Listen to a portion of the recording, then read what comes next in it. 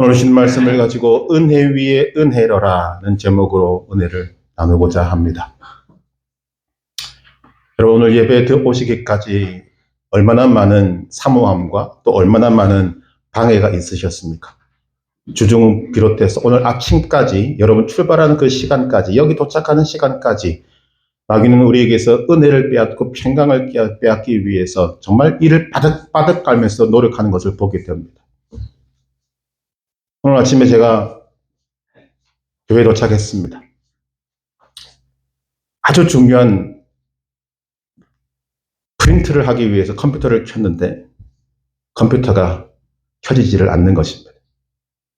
순간적으로 방해다라는 것을 느꼈습니다.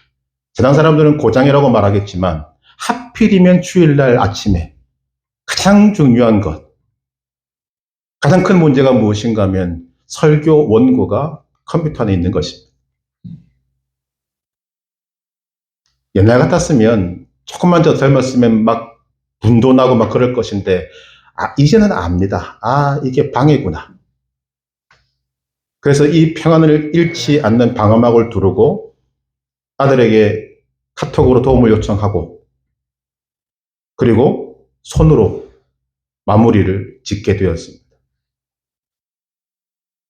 아들이 좀 일찍 와서 컴퓨터를 고쳤습니다만 수정하거나 이런 것들 할 시간은 다 지나간 것입니다.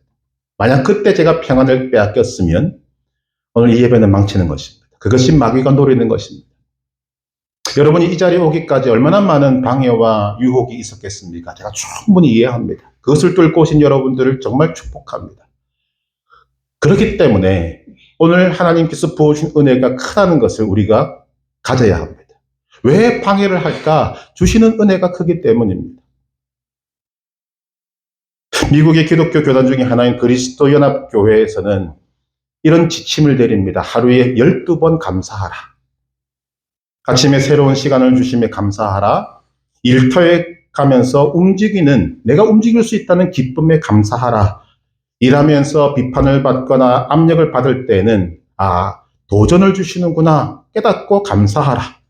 점심에는 대화할 수 있는 동료에 감사하고 귀가 후에는 가족을 볼 수 있다는 것에 감사하고 잠자리에 들 때에는 하나님께서 내게 잠을 주시는 것에 감사하고 등등 12가지의 이 감사 지침을 늘 강조하는 것입니다.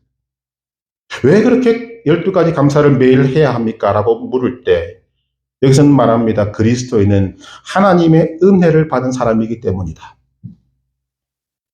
그렇다면 여러분, 은혜가 무엇입니까? 은혜를 깊이 생각하게 하는 한 이야기가 있습니다. 인도의 한 가난한 여인이 선교사를 찾아왔습니다. 그녀는 신앙생활한 지 얼마 되지 않은 초신자였습니다. 그런데 아들이 중병에 걸린 것입니다. 그래서 선교사를 찾아와서 선교사님, 제 아들의 병이 낫도록 기도해 주십시오. 선교사가 그 요청을 받아들고 안타까워서 내가 정성을 다해서 하루에 1시간 시간을 정해놓고 열심히 기도할 것입니다. 함께 기도합시다. 하나님의 은혜를 구합시다. 그러니까 이 여인이 너무 감사해서 자기도 그렇게 하겠다고 돌아갔습니다. 선교사는 시간을 정해놓고 기억하며 열심히 기도했습니다. 그리고 며칠 지난 다음 이 여인이 찾아온 것입니다. 그때 뭐라고 이야기했는가? 만약 아들의 병이 낫는다면 가난하지만 오래오래 간직하고 보관했던 보석 반지를 바치겠습니다. 고백을 한 것입니다. 그리고 얼마 지나지 않아서 선교사를 찾아왔습니다. 그리고는 보석 반지를 내놓는 것입니다. 선교사가 깜짝 놀랐습니다. 아들이 나았군요. 그러더니 이 여인이 말합니다. 아닙니다. 아들은 죽었습니다. 그런데 왜 보석 반지를 바칩니까? 라고 했더니 이 여인이 말합니다. 아들은 죽었는데 그 죽음의 과정 속에서 하나님의 은혜가 있었습니다. 제 아들은 제 속을 너무 많이 썩였어요. 외아들로 자라면서 말도 듣지 않고 방탕하고 죄를 범해서 제 마음을 얼마나 아프게 했는지 모릅니다. 그러다가 죽을 병에 걸렸어요. 저는 그저 그 아들이 병이 낫기를 위해서 기도했습니다. 그런데 이 아들이 병이 들고 난 다음에 하나님의 은혜로 예수를 믿게 되었고 삶이 변화되었고 그리고 결국은 하나님의 아들로서 세상을 떠났습니다. 그 은혜가 커서 그리스도인으로 하나님 앞에 간 아들을 생각하면서 이 보석 반지를 바칩니다. 여러분은 무엇을 은혜라고 생각하십니까? 아들의 중병을 위해서 기도하고 나았으면 은혜입니까? 아니면 병이 안 나아도 은혜입니까? 오스카 와일드라는 사람이 지은 단편 중에 이런 이야기가 있습니다. 예수님께서 많은 사람의 병을 고치시고 은혜를 베푸셨습니다. 그러나 어느 날 예수님이 궁금하신 것입니다. 내가 은혜를 베풀어서 병을 낫게 한 사람들이 지금 어떻게 지내고 있을까? 한 사람을 찾아갔더니 주정뱅이 한 사람을 만나게 됩니다. 과거에 예수님이 고쳐주셨던 사람입니다. 그에게 물으셨습니다. 자네는 어떻게 해서 이렇게 주정뱅이가 되었는가? 그때 이 사람이 말하는 것입니다. 나는 원래 걷지 못하던 사람이었습니다. 그리고 거지였습니다. 손만 내밀면 얻어먹을 수 있었고 나름대로 모든 것이 다 편했습니다. 그런데 두 발이 성하고 보니 아무도 안 도와줍니다. 스스로 벌어먹고 살려니 너무 힘이 들어서 이리 부딪히고 저리 부딪히고 어렵게 살다 보니까 술에 마음이 끌리게 되고 결국은 주정뱅이가 되었습니다. 이런 고백을 하는 것입니다. 예수님이 또 한 사람을 찾아가셨습니다. 비참하게 살고 있는 한 장녀를 만나게 됩니다. 보니까 예전에 고쳐주셨던 장녀였습니다. 왜 이렇게 되었는가 물었더니 그녀가 대답합니다. 저는 본래 장녀였습니다. 예수님을 만나고 예수님 때문에 새 사람이 되었습니다. 그런데 새 사람이 되어서 깨끗하게 살아보니까 이 세상이 너무도 따분하고 재미도 없고 행복도 없습니다. 영 진저리가 나서 다시 장녀가 되었습니다. 이렇게 말하는 것입니다. 예수님께서 또 한 사람을 찾아가십니다. 깡패를 만나게 되었습니다. 예전에 고쳐주셨던 사람입니다. 예수님이 물으십니다. 자네는 어떻게 하다가 이렇게 되었는가? 그의 고백은 이런 것입니다. 나는 본래 눈먼 사람이었습니다. 그런데 주님을 만나서 주님이 제 눈을 뜨게 해주셨습니다. 너무너무 감사했습니다. 그런데 막상 눈을 뜨고 보니 세상이 얼마나 더러운지 몰랐습니다. 못된 놈들도 많고 부지런한 것도 많고 내 신경을 건드리고 짜증나게 만드는 것들이 너무 많아서 모든 것을 다 대꾸하다 보니까 제가 불량배가 되었습니다. 깡패가 되었습니다. 오스카 와일드가 지은 단편의 내용입니다. 어떤 생각이 드십니까? 하나님의 은혜로 눈을 뜬 그 은혜 하나만 가지고 내가 살아갈 수 있는가? 지저분한 삶을 고쳐주신 그 주님을 만났던 그 은혜, 그 하나만 붙들고 내가 살아갈 수 있는가?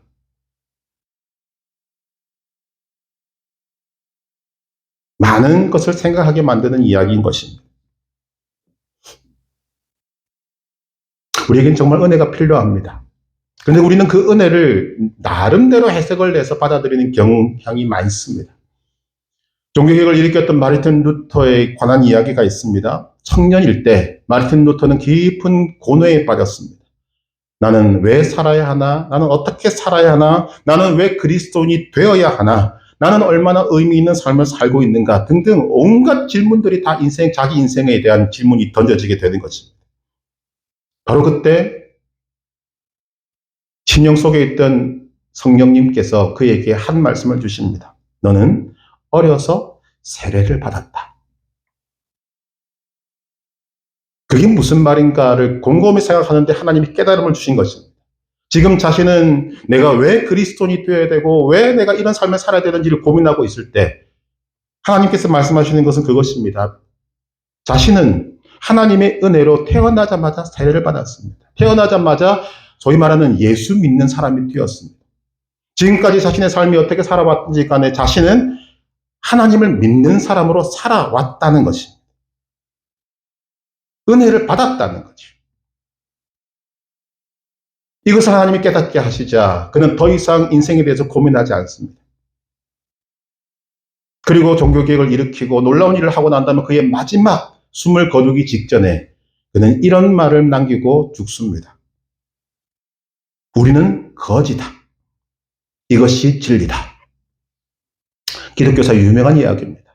우리는 거지다. 이것이 진리다. 이 말이 무슨 말입니까? 나는 거지다. 이 말은 나는 가난하다. 나는 공로가 없다. 나는 의도 없다. 이와 같이 나는 아무것도 없는 거지라는 것을 고백하고 있는 것입니다.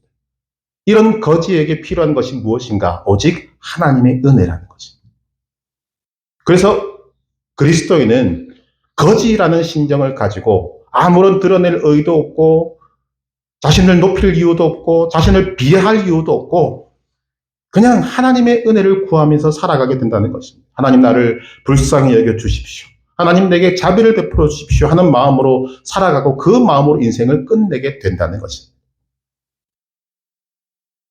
오늘 본문인 요한복음을 쓴 이 사도 요한은 예수님의 제자로서 3년 동안 예수님의 곁에서 예수님이 하신 모든 것들을 보고 듣고 함께한 사람입니다. 그리고 십자가에 돌아가시는 주님을 십자가 밑에서 바라본 산 증인입니다. 죽음을 딛고 이기신 부활하신 예수님을 만나게 되었고 예수님으로부터 사명도 받았습니다. 그리고 주님을 증거하며 한평생 살다가 이제 마지막이 되었을 때 하나님께서 은혜를 주셔서 이 요한복음, 그리고 요한 1, 2, 3서, 요한계시록까지 기록하게 된 것입니다. 자, 그런 모든 과정들을 거치고 난 다음에 그가 고백하는 내용이 오늘 본문의 내용입니다. 말씀이 육신이 되어 우리 가운데 거하시네. 이것을 사도 요한의 고백으로 말하면 나를 위하여 말씀이신 주님이 육신이 되어 주신 것입니다. 그리고 그가 우리 가운데 오셔서 우리와 함께 하심으로 내가 그를 만나게 되었습니다. 예수님을 만나서 경험하고 예수님을 만나서 대화하고 예수님을 만나서 느끼게 되었습니다. 그 결과 자신의 삶에 궁핍과 목마름과 모자람이 없었습니다. 예수님을 만남으로 인해서 인생에 가지는 근본적인 욕구가 다 충족되었다는 것입니다. 그래서 오늘 본문에 뭐라고 이야기합니까? 은혜와 진리가 충만하더라.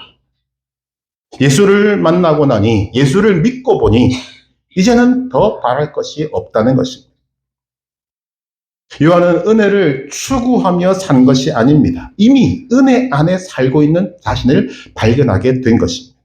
은혜를 구하며 산 것이 아니라 이미 은혜 안에 깊이 존재하는 자기 자신을 발견하게 된 것입니다. 어떤 것도 바랄 것이 없다는 것이죠. 그리고 그 이유를 밝히는 것이 16절입니다. 우리가 다 그의 충만한 데서 받으니 은혜 위에 은혜로라. 이 충만이라는 것은 모든 것을 종합하고 복합적인 의미를 담고 있습니다. 모든 것이 다 채워졌다는 공간적 의미도 되고 그 내용적 의미도 되고 시간적 의미도 됩니다. 다 채워졌다는 것입니다. 지금은 안 채워졌지만 앞으로 채워질 것이라는 말이 아닙니다. 이미 채워졌습니다. 그리고 채워진 상태로 오늘을 살고 채워진 상태로 이루실 약속의 세상을 바라보면서 살아가게 된다는 것입니다. 이것이 은혜 위에 은혜로라 라는 말씀이 갖는 의미입니다. 우리가 한 번 은혜 받고 사는 것이 아니라 은혜 위에 은혜, 계속 부어지는 은혜를 받아야 살 수 있다는 말씀입니다. 사실 여러분, 이 은혜 위에 은혜란 말은 좀 어역을 한 것입니다. 헬라 원문을 보면 원뜻은 이런 것입니다. 은혜를 대적하는 은혜, 은혜를 대신하는 은혜. 이해가 안 되죠. 그래서 이 말씀을 제대로 이해하려면 16절과 17절을 함께 보아야 합니다. 16절 우리가 다 그의 충만한 데서 받으니 은혜 위에 은혜로라. 17절 율법은 모세로 말미암아 주어진 것이요 은혜와 진리는 예수 그리스도로 말미암아 온 것이라. 이 두 개를 합쳐야만 이 은혜 위에 은혜, 원뜻인 은혜를 대적하는 은혜, 은혜를 대체하는 은혜라는 말이 해석이 됩니다. 자, 그럼 이 두 가지를 놓고 제대로 해석해 보시면 우리가 다 그의 충만한 데서 받으니 처음 은혜인 모세로 말미암아 주어진 율법은 나중에 주어진 은혜, 즉 예수 그리스도로 말미암아 주어진 진리의 말씀과는 좋게 비교할 수 없다. 대적할 수 없는 은혜다. 이 말입니다. 율법도 하나님이 주신 은혜입니다. 그런데 예수 그리스도를 통해서 주신 은혜는 그 율법과 비교할 수 없는 하나님의 크신 은혜라는 것입니다. 이를 고백하고 있는 의미가 무엇인가? 14절에 요한이 뭐라고 고백합니까? 예수님에게는 은혜와 진리가 충만하더라. 즉 예수님은 은혜와 진리가 충만한 분이라는 말씀입니다. 예수님의 충만함에서 오는 은혜는 예수를 믿는 우리를 결코 부족하지 않게 하시며, 충만한 예수님의 그 은혜는 우리의 모든 필요를 채우기에 너무나도 충분하다는 것입니다. 이것을 사도 바울은 골로새서 2장 9절 10절에서 이렇게 말씀합니다. 그의 안에는 신성의 모든 충만이 육체로 거하시고 너희도 그 안에서 충만하여졌으니 그는 모든 통치자와 권세의 머리시라. 우리의 머리 되신 예수 그리스도의 충만함이 우리 안에 충만하여졌다라고 말하고 있습니다. 그리고 이어서 말씀하는 것이 16절에 은혜 위에 은혜라 라고 말씀합니다. 은혜 위에 은혜라는 말이 우리에게 보여주는 것은 그것입니다. 마치 거대한 수원지를 연상하게 하는 표현입니다. 엄청난 물이 가득 들어있는 수원지 아래서 인생 농사를 짓는 비유, 농사꾼에 비유할 수 있는 것이 우리 인생이란 그 말이에요. 예수님을 믿는 자에게 주어진 은혜가 무엇인가? 예수님을 믿기 전에는 오직 내 힘으로 나의 능력으로만 살아갈 수 있었는데 예수님을 믿고 난 다음에는 은혜의 거대한 저수지가 우리에게 생긴다는 거죠. 농사꾼은 수원지에 물이 충만하면 아무런 걱정이 없습니다. 가뭄이 와도 염려하지 않습니다. 왜냐하면 충만함 때문입니다. 이 충만함을 어떤 분은 이렇게 비유합니다. 이집트의 나일강. 우리가 좀 배운 적이 있을 것입니다. 역사가 헤로도투스는 이집트를 향해서 뭐라고 이야기했는가? 나일강이 준 선물이라고 했습니다. 이집트는 곡창지대입니다. 그 이유가 나일강 덕분이라는 거죠. 지도를 살펴보시면 나일강 주위는 대부분 사막이지만 이 나일강의 상류는 열대 우림입니다. 열대 지역에서 엄청난 폭우가 쏟아지고 이 물이 나일강을 통해서 하류로 밀려오면 하류 지역에는 홍수가 납니다. 그런데 이 홍수가 이집트를 만든 것입니다. 홍수는 물만 밀고 내려오는 것이 아니라 그 열대 우림의 풍부한 유기물을 잔뜩 싣고 내려와서 물을 범람시켜서 땅으로 보내버립니다. 거대한 상목조가 형성되어져서 비료를 뿌리지 않아도 씨만 뿌리면 충만한 열매를 맺게 되는 것이 이집트라는 것입니다. 이것이 충만함의 의미다라고 말합니다. 이런 충만함이 임한 인생은 과연 어떤 인생인가? 윌리엄 코퍼라는 사람이 있습니다. 일찍 어머니를 여의고 엄한 아버지 밑에서 학대받으며 힘들게 살았습니다. 견디다 못해서 정신병원에도 드나들고 많은 고통과 절망감을 안고 살아가는 가운데 몇 번이나 자살 시도를 했던 사람입니다. 그러던 그가 어느 날 존 뉴턴을 만나게 됩니다. 노예 상인이었다가 하나님의 은혜로 새로운 삶을 살게 되는 존 뉴턴, 어메이징 그레이스를 작곡한 그 양반. 존 뉴턴을 만나서 예수님을 소개받고 예수님을 만나게 됩니다. 너무 좋았어요.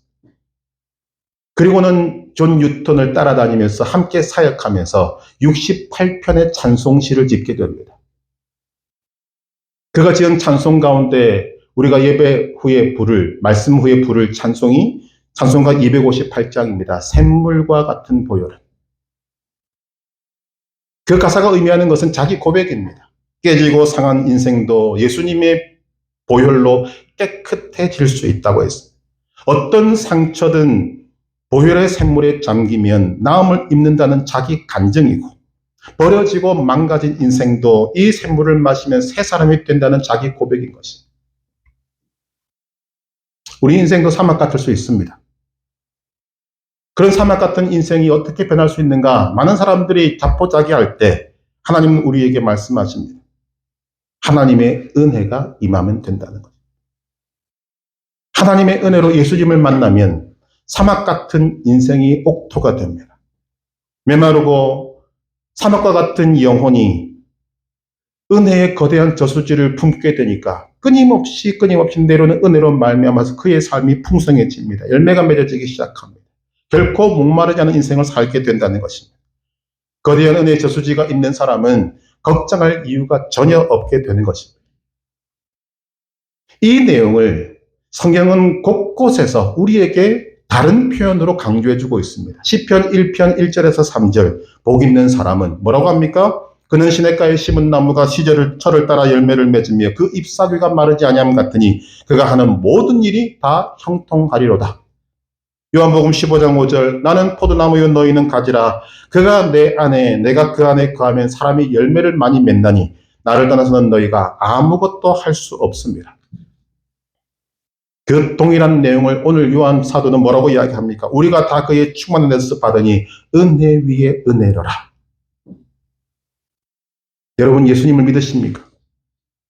예수님을 믿으신다면 지금 여러분에게 거대한 은혜의 저수지가 있다는 것도 여러분 아셔야 하고 믿어야 합니다.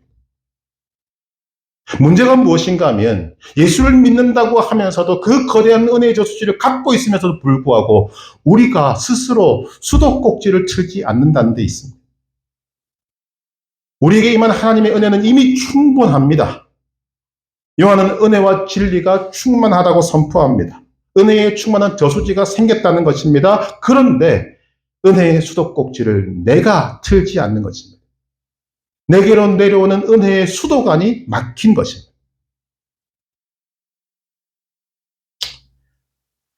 별난 사람들은 수도꼭지를 장식품으로 쓸 수도 있겠습니다만 수도꼭지는 장식품이 아닙니다. 틀어서 물을 쓰라고 있는 것입니다. 우리가 경험해봐서 압니다만 수도관이 막히면 얼마나 답답합니까? 수도관이 막히면 무조건 뚫습니다. 하나님은 우리에게 쫄쫄 흐르는 은혜를 주신 것이 아닙니다. 어느 날은 나왔다가 어느 날은 안 나오는 그런 은혜의 물줄기를 주신 것이 아닙니다. 콸콸 쏟아지는 언제나 마르지 않는 차고 넘치는 은혜를 이미 주신 것입니다. 그런데 그 은혜가 우리에게 오는 과정 속에 관이 막히고 우리 입구까지 와도 우리가 수도꼭지를 틀지 않으니까 그 은혜가 내게 임하지 않는 것입니다. 시냇가에 심은 나무는 뿌리가 싱싱하면 뿌리로부터 영양분을 공급받아 잎사귀도 푸르고 시절을 따라 열매를 맺게 됩니다. 그러나 시냇가에 심은 나무라 할지라도 뿌리가 잘려 있으면 영양분을 공급받지 못해서 잎은 말라지고 비틀어지고 열매도 없는 것입니다. 포도나무까지도 나무에 붙어 있을 때는 아무것도 하지 않아도 열매를 맺지만 포도나무에서 떨어지면 국물도 없습니다. 무엇이 은혜의 수도꼭지를 틀지 못하게 만듭니까? 씨 뿌린 자의 비유를 보면 가시떨기에 떨어진 씨앗이 있습니다. 이것을 놓고 막아는 이 가시떨기가 세상의 염려와 재리의 유혹 그리고 기타 욕심이라고 말하고 있고 누가는 이생의 염려와 재물과 향락이라고 말하고 있습니다. 이것을 물리쳐서 이미 우리에게 와 있는 수도꼭지를 열 때 막힌 수도관을 뚫을 때 은혜가 쏟아지는 것입니다. 바울은 이 충만한 은혜를 하나님의 선물이라고 했습니다. 에베소서 2장 8절 너희는 그 은혜에 의하여 믿음으로 말미암아 구원을 받았으니 이것은 너희에게서 난 것이 아니요 하나님의 선물이라. 자, 무엇으로 수도꼭지를 틀 수 있습니까? 믿음입니다. 여러분이 별것 아니라고 생각하는 그 믿음, 하나님은 나에게 은혜를 베푸신다는 것을 믿는 믿음, 그 은혜는 그냥 아슬아슬하게 우리를 구원시키는 것이 아니라 너무나도 거대한 저수지를 우리에게 주실 만큼 풍성한 은혜인 것을 알고 믿는 믿음, 그 믿음이 수도꼭지를 트는 것입니다. 요한은 그 선물이 하나가 아니라 쌓고 쌓고 또 쌓고 쌓이고 쌓이고 또 쌓이는 것을 표현하면서 은혜 위에 은혜로라는 표현을 쓰고 있습니다. 요한이 은혜 위에 은혜로라고 말하고 있는 것은 하나님의 은혜가 쏟아지고 또 쏟아지기 때문입니다. 계속해서 주신다는 것입니다. 오스카 와일드가 말한 것과 같이 한 번 은혜 받은 것으로 살아가기는 인간에게 너무 힘이 듭니다. 그런 인간을 아시는 하나님께서 은혜 위에 은혜를 계속적으로 부어주시는 것입니다. 하나님의 자녀가 되는 권세를 주시고 누리게 하신 은혜, 세상의 소금기를 성령으로 씻어주시는 은혜, 마음의 쓴뿌리까지 뽑아주시는 은혜, 이제는 질 수밖에 없었지만 이제는 이기는 삶을 살도록 하는 하나님의 은혜. 그래서 모든 것이 은혜로 주어지게 되는 것입니다. 이 풍성하고 넘치는 은혜를 베드로는 이렇게 표현합니다. 베드로전서 5장 10절 모든 은혜의 하나님 곧 그리스도 안에서 너희를 부르사 자기의 영원한 영광에 들어가게 하신 이가 잠깐 고난을 당한 너희를 친히 온전하게 하시며 굳건하게 하시며 강하게 하시며 털을 견고하게 하시리라. 이게 은혜 위에 은혜라는 말씀입니다. 하나님께서 어떻게 하십니까? 친히 한번 은혜를 입은 사람에게 그를 온전하게 하시며 굳건하게 하시며 강하게 하시며 털을 견고하게 하신다는 것입니다. 계속해서 은혜를 부어주신다는 것입니다. 이 은혜를 아는 자에게는 사실 모든 것이 은혜가 됩니다. 가지고 못 가지고 중요하지 않습니다. 내가 부자인가 가난한가 중요하지 않습니다. 내가 건강한가 병들었는가 중요하지 않습니다. 모든 것이 은혜요. 모든 것이 감사가 되는 것입니다. 병에 걸린 사람은 병만 낫게 되면 소원이 없다고 말하지 않습니까? 그러면 병이 나으면 은혜고 안 나으면 은혜가 아닌 것입니까? 그러면 서두에 말씀드린 그 가난한 인도 여인은 왜 병이 걸린 아들이 낫지 않고 죽었음에도 하나님이 은혜를 주셨습니다라고 고백하면서 보석 반지를 받습니까? 아들이 하나님의 은혜로 예수 믿었기 때문에 망나니 같던 아들이 예수 믿고 하나님의 자녀로 이 세상을 떠나는 것을 은혜로 받고 보니 그것을 은혜로 받고 보니 그 이후에 모든 것들도 다 은혜로 보이게 되더라는 것입니다. 그가 은혜를 더한 은혜를 받은 사람입니다. 은혜 위에 은혜로 사는 사람이 그리스도인의 모습입니다. 이 은혜 위에 은혜라는 말이 갖고 있는 의미가 무엇인가 하면 사람은 나는 우리의 삶에 있어서 기여한 바가 전혀 없다는 것을 의미합니다. 오직 하나님만이 오직 예수님만이 은혜로 우리를 살게 하시는 것입니다. 그렇기 때문에 이 은혜를 아는 사람은 잘난 척할 것도 없고 못났다고 자신을 비하할 것도 없고 이것은 누구 때문이야 탓할 이유도 없고 내가 높니 네가 낮니 이런 것을 이야기할 필요가 전혀 없습니다. 넘어진 자에게 필요한 것도 은혜요. 일어나 있는 자에게 필요한 것도 은혜입니다. 낙심한 자에게 필요한 것도 은혜요. 이미 서 있는 자에게 필요한 것도 은혜입니다. 오직 은혜만이 우리를 살게 하고 오직 은혜만이 우리를 천국까지 인도하게 되는 것입니다. 은혜로 산다는 것은 은혜가 나를 서게 한다는 것입니다. 은혜가 우리로 하여금 하나님을 믿게 하고 은혜가 우리로 하여금 하나님을 따르게 한다는 것입니다. 이미 폭포수와 같이 은혜를 부으신 하나님께서 우리에게 은혜 위에 은혜를 더하십니다. 친히 온전하게 하시며 굳건하게 하시며 강하게 하시며 털을 견고하게 하십니다. 이 은혜의 관점으로 인생을 보면 과거도 은혜입니다. 이 은혜를 생각하면 오늘 내가 사는 하루하루 한 시간 한 시간이 하나님의 은혜입니다. 이 은혜를 보니 이제 내 앞에 다가올 세계는 오지는 않았습니다만 약속의 세계, 하나님이 이루실 세계를 바라보게 됩니다. 다 은혜로 주어지는 것입니다. 그렇기 때문에 은혜 위에 은혜로 사는 사람은 오늘이 감사합니다. 오늘이 좋은 날입니다. 오늘이 반갑고 오늘 만나는 사람이 반갑고 오늘 드리는 예배가 우리에게 중요한 것입니다. 이것이 은혜 위에 은혜로 사는 사람의 모습인 것입니다. 그렇게 사는 사람이 그리스도인 것입니다. 지난 목요일 저희 아버지의 두 번째 장례식이 있었습니다. 2023년 9월 18일 날 돌아가셨지만 시신 기증을 하셨기 때문에 의과대학에서 해부학 실습용으로 사용되어지고 이번에 마무리를 짓게 된 것입니다. 서울시립승화원, 과거의 벽제 화장장이라고 불린 곳에서 화장을 했습니다. 한 줌의 재가 되었고 그 뒤에 있는 동산에 그냥 뿌렸어요. 그 과정 중에 하나님께 질문했습니다. 하나님, 이 과정을 밟게 하신 이유가 있을 것인데 제게 어떤 메시지를 주시겠습니까? 그 과정을 거치면서 계속 질문을 드렸더니 말씀을 주셨습니다. 창세기 3장 19절, 너는 흙이니 흙으로 돌아갈 것이니라.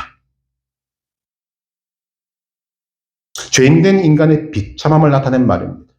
너는 흙이니 흙으로 돌아갈 것이니라.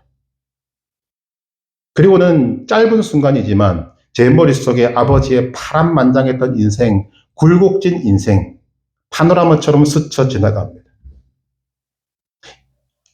힘들었던 일제강점기를 거치고 해방의 기쁨을 맞이하고 공산당을 피해서 목숨 걸고 도망치고 얼어 죽을 위기 속에서 6.25 전쟁을 경험하고 부산으로 도망와서 피난 와서 90세가 될 때까지 아버지의 인생이 순식간에 지나가는 것입니다. 그리고 눈앞에 한 줌의 죄가 되셨습니다. 그것 자체로만 보면 죄인된 인간의 비참한 마지막 모습입니다. 너는 흙이니 흙으로 돌아갈 것이니라. 그런데 하나님께서 뭐라고 말씀하시는가? 비참하지 않다고 말씀하십니다. 왜냐하면 그런 아버지의 인생에 하나님의 은혜가 개입했기 때문에. 하나님께서 은혜를 베푸셔서 아버지를 찾아오셨고 만나주셨고 하나님의 자녀를 삼아주셨습니다. 믿음의 아내를 만나서 믿음의 가정을 이루었습니다. 그 뒤로도 힘들고 어려운 삶을 사셨지만 그때마다 하나님의 풍성하고 끊임없는 은혜가 지속되었습니다. 그리고 90년 생을 마감할 때까지 지속적인 하나님의 은혜 위에 은혜가 있었다는 것입니다. 여기까지 하나님이 끌고 오시는 가운데 딱 내린 결론이 무엇인가? 아버지의 마지막 모습인 이 한 줌의 죄는 비참한 것이 아니었습니다. 은혜 위에 은혜로 충만한 죄인 것입니다. 하나님의 자녀로서 은혜 위에 은혜로 충만한 죄. 그래서 기쁘고 감사한 마음으로 그 죄를 뿌렸습니다.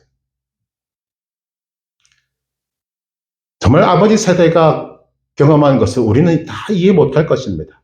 너무나도 굴곡지고 힘들고 어려운 삶을 사셨습니다. 그런데 하나님의 이 은혜 위에 은혜가 더한 아버지의 삶은 본인의 성에는 안 찼을 수 있지만 제가 보기에는 아버지는 먹고 싶은 거 다 드셨고 하고 싶은 거 다 하셨고 누릴 수 있는 거 다 누리셨어요.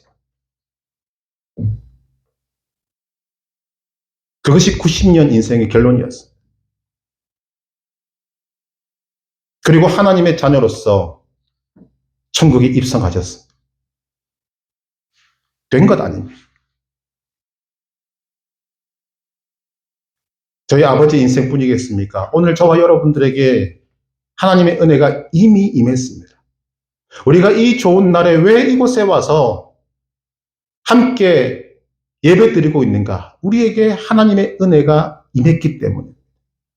하나님의 은혜로 예수님을 만나게 하셨고 구원시키셨고 하나님의 자녀가 되게 하셨습니다.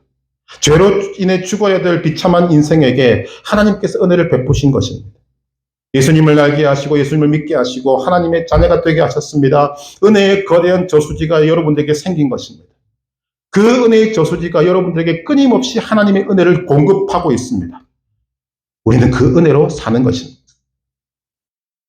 잘난 척할 것도 없고 주눅들 것도 없습니다. 세상이 힘들고 어렵다고 해도 이미 우리는 목마름이나 갈증이나 갈급함이 없는 인생이 되었습니다. 은혜 위 은혜를 주셨기 때문에 우리는 그 은혜를 감사하며 하나님을 사랑하는 자로 살아야 합니다. 배은망덕한 자가 되어서는 안 된다는 것입니다. 또한 하나님께서 은혜 위에 은혜를 더해 주셨기 때문에 하나님이 사랑하시는 나를 사랑하며 살아야 합니다. 참 안타까운 것이 무엇인가 하면 인생을 살아가면 살아갈수록 자기를 비하하고 자기를 비관하고 내 인생이 왜 이럴까?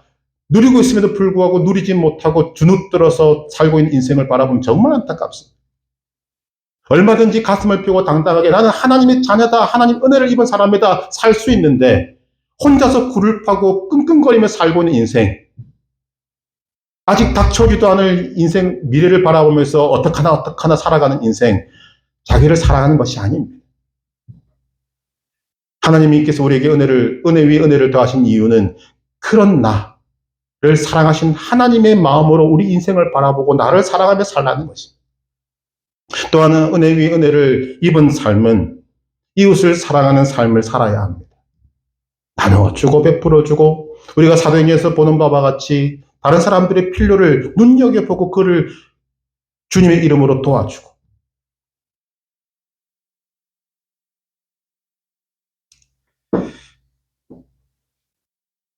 98년도에 저희 부모님이 시신기증을 하셨습니다. 아들로서 궁금하더라고요. 왜 시신기증을 하시려고 합니까? 그때 부모님의 대답은 이런 것이었습니다. 예수 믿는 사람으로서 인생을 돌아보니 이웃을 위해서 한 일이 없더라. 그래서 이것이라도 하고 싶다. 제가 뭐라고 하겠습니까? 이게 믿음의 고백이지 않습니까? 분명히 제가 아는 부모님은 전도도 너무 많이 하셨고 남들이 알지 못하는 것에 선도 많이 베풀으셨는데 마음속에는 그것입니다. 내가 이웃을 위해서 한 것이 없더라. 그래서 내가 이 몸이라도 의학 발전을 위해서 기증하고 싶다. 저는 참 좋은 부모님을 만난 것 같습니다. 은혜 위에 은혜로 사신 부모님. 그리고 그 뒤를 따라서 은혜 위에 은혜로 사는 삶을 살고 있게 되는 것입니다. 은혜 위에 은혜로 산 인생은 마지막에 한 줌의 죄가 될지라도 가치가 있습니다. 의미가 있습니다. 왜냐하면 하나님께서 그 인생을 인정해 주시고 기뻐하시고 그렇게 산 인생을 두 팔 벌려 환영해 주시고 우리를 영원한 천국으로 집어넣어 주시기 때문에 여러분 무엇 때문에 오늘 매여 살고 무엇 때문에 여러분들의 마음이 부담스럽고 무엇 때문에 여러분의 마음이 콩닥콩닥거리며 살아가십니까? 우리에게는 하나님의 은혜가 이미 임했고 은혜 위에 은혜를 더하시는 주님의 은혜가 지금도 풍성하게 내려옵니다. 여러분에게는 거대한 하나님의 은혜의 저수지가 여러분에게 있습니다. 여러분 그 믿음으로 믿음의 수도꼭지를 트시기를 바랍니다. 여러분들에게 콸콸 부어주신 하나님의 은혜를 정말 온몸이 젖도록 받을 수 있도록 그 수도꼭지를 마음껏 여시기를 바랍니다. 하나님은 여러분들을 결코 실망시키지 않을 것이며 그 은혜를 부어주실 것입니다. 이런 은혜를 경험한 사도 바울은 고린도전서 15장 10절에서 이렇게 말합니다. 나의 나 된 것은 하나님의 은혜로 된 것이다. 나의 나 된 것은 오직 은혜로 된 것입니다. 은혜 아닌 것은 아무것도 없습니다. 은혜 위에 은혜를 더하시는 하나님을 믿으시기 바랍니다. 그렇게 살아가는 모든 사람에게 모든 것이 은혜. 순풍도 은혜요, 역풍도 은혜요. 내 인생길이 잘 나가도 은혜요, 꼬여도 은혜요. 그런 은혜가 오늘 우리에게 임했다는 것을 기억하시고 오늘도 우리를 지치지 않도록 그 은혜를 빼앗기지 않도록 은혜에 은혜를 더하시는 주님을 믿고 담대한 믿음으로 이기며 승리하며 기뻐하며 감사하며 살아가는 복된 그리스도인 은혜 위에 은혜를 받은 삶으로 살아 하나님께 영광을 돌리는 복된 성도 되시길 주님의 이름으로 축복합니다.